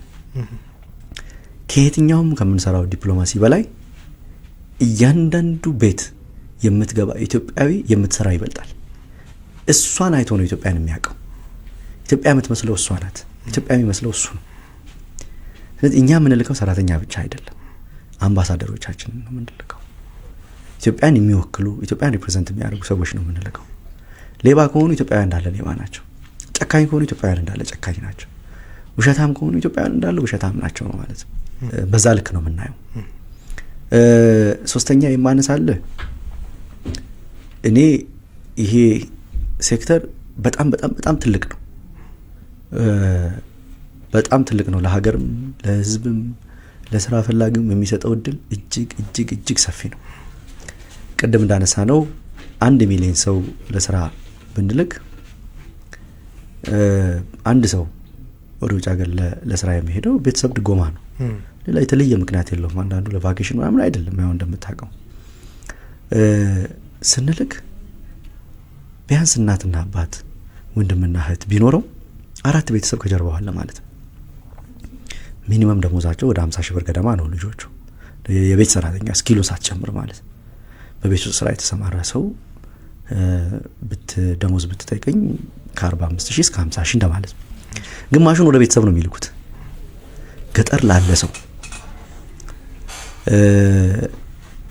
የኢኮኖሚ ጥያቄ በተወሰነ ደረጃ ላለ ሰው በወር 25,000 ብር 20,000 ብር ምን ማለት ነው? ዜጎቻችንም ከገጠር ወጥተው ለስኪል ለቴክኖሎጂ ኤክስፖዝድ ሳይሆኑ ኖረው የሰለጠነ ዓለም ገብተው ጥሩ የሚባል ስራ ውስጥ ገብተው እነሱም ሰልጥነው አዳዲስ ክህሎት አዳዲስ ህይወት ተምረው 1 ሚሊዮን ሰው በአመት ወደ ሀገር እንዲመጣ ማድረግ የሚኖረውን ኢምፓክት እንግዲህ መገመት ነው። ሶ 1 ሚሊዮን ሰው ለስራ ወደ ውጭ ሀገር የስራ እድል መፍጠር ማለት ህጋዊ በቅድም እንዳልኩ ታርጌታችን 1 ሚሊዮን 2 ሚሊዮን አይደለም፣ በህገ ወጥ የሚሄደው ነው ወደ ህጋዊ ማምጣት ነው። ቢያንስ ከባህር ሲሳይና ከህገ ወጥ ስቃይ መከላከል ነው፣ ከህገ ወጥ ስደት መከላከል ነው። ከዛ አንፃር ስታየው 4 ሚሊዮን 5 ሚሊዮን ሰው ኢምፓክት ያደርጋል ማለት ነው በአመት። ይሄ ቀላል ቁጥር አይደለም። ቀጥሎ ነው የውጭ ምንዛሬ ምናምኑ ቀጥሎ የሚመጣ ጉዳይ ነው። የመጀመሪያ ጉዳይ የዜጎች ተጠቃሚነት፣ የቤተሰቦቻቸው ተጠቃሚነት፣ ህልማቸው እውን የመሆን የዳቦ ጥያቄ ዛሬ ዳቦ ምን በላው ተቸግረናል ስራ አጥተናል ከሚል ጥያቄ ወጥተው ራሳቸውንም ህይወታቸውን መቀየር የሚችሉበት እንዲሆን ማድረግ ነው። ሶ ከዛ አንፃር ነው የምናየው። እያንዳንዱ የሚሄድ ሰው ደግሞ ሴቭ ባደረገው ልክ መንግስት ሲመለስ ድጋፍ ያደርግለታል። የስራ እድል ፈጠራ ድጋፍ፣ የፋይናንስ ድጋፍ፣ የስልጠና ድጋፍ ያደርግለታል። አንድ ልጅ ሄዳ ተሰማርታ የተወሰነ ብር ሴቭ አድርጋ ለቤተሰቧ ብትረጉመውን ደኩማ ቅድም እንዳልኩ 4 ሚሊዮን 5 ሚሊዮን ሰው ነው የሚነካው ማለት ነው። ቀላል ነገር አይደለም። የትኛው ሴክተር ይሄንን ያደርጋል ይነካል የሚለውን ማየት ነው እንግዲህ። ከዛ ባለፈ ሲመለሱ ተመልሰው ስደትን ደግሞ እንዳይመኙ መታ 2 አመቷን ጨርሳ መታ ገንዘቧን ጨርሳ ሰውን በልቷት ይሁንም አጠፋፍታ ተመልሳ ደግሞ ስደትን እንዳትመኝ እቅድ ያስፈልጋታል። ለምንድን ነው የሚሄደው? ምንድን ነው የምፈልገው ስመለስ? የሆነ ቢዝነስ መክፈት ነው፣ መኪና መግዛት ነው፣ ቤት ነው፣ የሃውሲንግ ፓኬጅ ሁሉ አለ። ያንን አለመው አስበው እንዲሄዱ እየተደረገ ነው። እያንዳንዱ ስልጠና ላይ የኢንተርፕረነርሺፕ ትሬኒንግ ይወስዳሉ። ሶ ላለሙት ነገር ስንት ብር ሴቭ ማድረግ እንዳለባቸው ሁሉ ይነገራቸዋል። ሶ ያንን ሴቭ ያደረጉትን መጠን አይቶ ደግሞ ባንኮች ብድር ይሰጧቸዋል ማለት ነው። ሶ እዚህ ሲመጡ የራሳቸው ስራ ያላቸው የተሻለ ክህሎት እዛ ሄደው ለምደው ተምረው ለቴክኖሎጂ ኤክስፖዝ ተደርገው ነው የሚመጡትና ከዚህ አንፃር አጠቃላይ የስራ ስምሪቱ ዜጎቻችንን ከዳቦ በላይ የዳቦ ጥያቄ ከመመለስ በላይ ደህንነት የማስጠበቅ ሀብት የሚያገኙበት ህይወታቸውን የቤተሰባቸውን የራሳቸውን ህይወት የሚለውጡበት እንዲሆን ነው የሚሰራው ማለት ነው። አሁን አብዛኛው ችግር እየተከሰተ ያለው ሂደቱን ባለማወቅ ይመስለኛል። አንድ ወደ ውጭ ሀገር ሄዶ መስራት የሚፈልግ ወይም ሄዳ መስራት የምትፈልግ ሰው መከተል ያለበት ሂደት ምንድን ነው? ያው ክፍያውስ በምን መልኩ ነው የሚደረገው? ምናልባት የምዝገባ 500 ብር በፈቃደኝነት የሚደረግ የምዝገባ 500 ብር እንዳለ አውቃለሁ። ምን አይነት ሂደት ነው መከተል ያለባቸው? መጀመሪያ የሰው ኃይል ዝግጅት እንለዋለን እኛ። ስልጠና፣ ምዘና፣ ተያያዥ ጉዳዮች ማግኘት አለበት። ሶ ከዚህ አንፃር ቅድም እንዳነሳሁልህ ወደ 600 ምናምን ማሰልጠኛዎች አሉን። እነዚህ 600 ምናምን ማሰልጠኛዎች ውስጥ ገብቶ መሰልጠን አለበት። ለመሰልጠን ግን ምዝገባ ማድረግ አለበት። የኢትዮጵያ የናሽናል ሌበር ወይም የሀገር አቀፍ የሰራተኛ ሲስተም ውስጥ መገኘት አለበት። ኤልኤምአይኤስ የምንለው ሲስተም አለ። እያንዳንዱ ኢትዮጵያዊ ሰራተኛ የሆነ እዛ ሲስተም ውስጥ መገኘት አለበት። ሶ ምዝገባ ማድረግ አለበት ማለት ነው። ምዝገባ የሚደረገው አንድ ማዕከል እንላቸዋለን። ስራ አጥ የሚመዘገብባቸው፣ ኢንተርፕራይዝ የሚደራጅባቸው፣ ግንዛቤ የሚሰጥበት በቀበሌ ደረጃ ያሉ ክፍሎች አሉ። የንግድ ፍቃድ ምናምን እንደሚወጣው ማለት ነው። ስራን በተመለከተ ያለ ክፍል አለ። እዛ ሄደው ምዝገባ ያከናውናሉ። ሲመዘገቡ በሲስተም ነው ምዝገባው። የናሽናል ሌበር ስርዓቱ አካል ካልሆነ እድሉ ማግኘት ስለማይቻል ምዝገባ ካደረጉ በኋላ አቅራቢያቸው የሚገኝ ማሰልጠኛ ይጠቁማቸዋል። ምክንያቱም የተለያየ የሙያ አይነት ዝርዝር እዛ ውስጥ ስላለ ሲጠቁማቸው ይሄዳሉ፣ ማሰልጠኛ ይመዘገባሉ። ማሰልጠኛው አሁን በመንግስትም የቴክኒክና ሙያ ማሰልጠኛ ተቋማትም እየሰጡ ያሉት ማለት ነው። ሁለት አይነት ነው። የመንግስት የቴክኒክና ሙያ ስልጠና ተቋማት አሉ፣ የግልም አለ። በግል የሚያስተምሩም አሉ ፈቃድ አውጥተው፣ የመንግስትም አለ። እዛ ሲመዘገቡ ግን ወር በገባ ከ1 እስከ 5 ባሉት ቀናት ነው ምዝገባ። ስለዚህ ወር በገባ ከ1 እስከ 5 ባሉት ቀናት ሄዶ ምዝገባ ያከናውናሉ። ስለዚህ በዛ ሙያ ማሰልጠኛ ተቋሙ ስልጠና ይጀምራል። ልክ ስልጠና ሲጨርሱ ሲስተም ላይ መዘግባቸዋል። ቅድም እንዳልኩ ይመዘግባቸውና ልክ እንደ ናሽናል አይዲ የባዮሜትሪክስ መረጃቸው ይወሰዳል። በኋላ ወደ ናሽናል አይዲ ማይግሬት ይደረጋል። ናሽናል አይዲ በሱ ማውጣት ስለሚቻል ልክ እሱን ሲያደርጉ ፌሳቸው ይወሰዳል። ማሰልጠኛ ተቋሙ ያንን ፌስ ፊታቸውን ለአሻራ ምናምን ሲሰጡ የተወሰደውን ፌስ ለአቴንዳንስ ሲስተም መልሶ ይጠቀመዋል ማለት ነው። እያንዳንዱ ሰው 21 ቀን መሰልጠኑ ይረጋገጣል። ሲሲቲቪ ካሜራ አለ። ያ በሙሉ ቼክ ይደረጋል። ልክ ሲጨርስ ወደ ምዘና ተቋም ይሄዳል። ለማሰልጠኛ ተቋም ስንት ብር ይከፈላል? 10,000 እና 20,000 ብር እንዳይጠየቁ የሚል ስጋት ውስጥ ካለ የሚጠየቅ ክፍያ የለም። የግል ማሰልጠኛ ተቋማት እስከ 2,000 እስከ 2,500 ብር ድረስ ያስከፍላሉ። እሱም ስታንዳርድ እየተዘጋጀ ነው። በቅርቡ ይወሰናል ማስከፈል የሚችሉት። የመንግስት ተቋማት በብዛት ስልጠናው የሚሰጠው በነፃ ነው። ለምዝገባ አንዳንድ ቦታ 200 አንዳንድ ቦታ 500 ብር ያስከፍላሉ። ያንን ስልጠና ያገኘ ሰው ምዘና ይሄዳል። ለምዘና የሚከፈል 5 ሳንቲም የለም። በዛው አንዳንዴ መብትን ማስከበር በጣም በጣም በጣም ክሪቲካል ነው። ለሲኦሲ ፈተና ማለት ነው። ለሲኦሲ ፈተና የሚከፈል ገንዘብ የለም። ነገር ግን ገንዘብ አምጡ የሚችል ሰው መጣል ወደ ህገወጡ እንዲሄዱ የሚገፋፋ ተግባር ካለ እሱን መታገል ነው። ጥቆማ መስጠት ነው። ሚኒስቴር መስሪያ ቤቱ ጋር ጥቆማ መስጠት ይቻላል። ለፖሊስ ጥቆማ መስጠት ይቻላል። ለሲኦሲ ማዕከላት ኃላፊዎቹ ጥቆማ መስጠት ይቻላል። ነገር ግን ዋናው ነጥብ እዛ ምዘና ይደረጋል። የሚከፈል ክፍያም የለም። ልክ ሲጨርሱ ሲስተሙ ራሱ አይደንቲፋይ ያደርጋቸዋል። አሁን አዲስ በምንሰራው ስራ ማለት ነው። ሲስተሙ አይደንቲፋይ ካደረጋቸው በኋላ ፑል ውስጥ ይቀመጣሉ። ለውጭ ሀገር የስራ ስምሪት ሄዶ ለመስራት ሬዲ የሆኑ ፑል ውስጥ ይቀመጣሉ። ምዘናውን ያለፉትን ማለት ምዘናውን ያለፉትን ያላለፉ ከሆነ ደግሞ ምዘና መውሰድ ይችላሉ። በአዲሱ አዋጅ ደግሞ ምዘና ሲወስዱ ማሰልጠኛው የማብቃት ሪስፖንሲቢሊቲ ስላለበት መጀመሪያ ያስከፈለውን ያህል ገንዘብ ማስከፈል አይችልም። ማስከፈል የሚችለው መጀመሪያ ካስከፈለው ግማሹን ነው። ሶስተኛ ከሆነ በነፃ ነው ማስተማር የሚችለው፣ ማስከፈል አይችልም። በዚህ አግባብ ናሽናል ፑል ውስጥ ለውጭ ሀገር ስራ ስምሪት ሬዲ የሆኑ ሲስተም ውስጥ ይገባሉ። ዘን ኤጀንሲዎች በአዲሱ አዋጅ መሰረት ይጠይቃሉ። ይሄንን እንደዚህ ከቀጣሪዎቻቸው በመጣ መለኪያ መሰረት መስፈርት መሰረት እንደዚህ አይነት ሰው ሲስተሙ ይስጣል ብለው ሲጠይቁ ሲስተሙ ስልክ ቁጥራቸውን መረጃዎቻቸውን ለኤጀንሲዎቹ ይሰጣል። ኤጀንሲዎቹ ደውለው ጠርተው ቪዛ፣ ኮንትራት፣ ሜዲካል፣ የፖሊስ እንዳስፈላጊነቱ እና ሌሎች ነገሮች እንዲያሟሉ አድርገው ትኬት ቆርጠው በጣም ቢበዛ በህጉ መሰረት በአንድ ወር ጊዜ ውስጥ ልጆቹን ወደ ውጭ ሀገር ለስራ ያሰማራሉ። ካልሆነ ተጠያቂነት አለ ማለት ነው። በዚህ ሂደት ውስጥ ኤጀንሲ ከልጆቹ 5 ሳንቲም መቀበል አይቻልም። 5 ሳንቲም ያሰርዛል፣ ያስጠይቃል፣ በወንጀልም ያስጠይቃል፣ ከህጋዊ ፈቃድነቱም ያሰርዛል። ስለዚህ ደላላ ሆነ ኤጀንሲ ሆነ ማንም ሰው ልጆቹን ገንዘብ መጠየቅ አይቻልም። አሁን የነፃ የስልክ መስመር ተቀምጧል።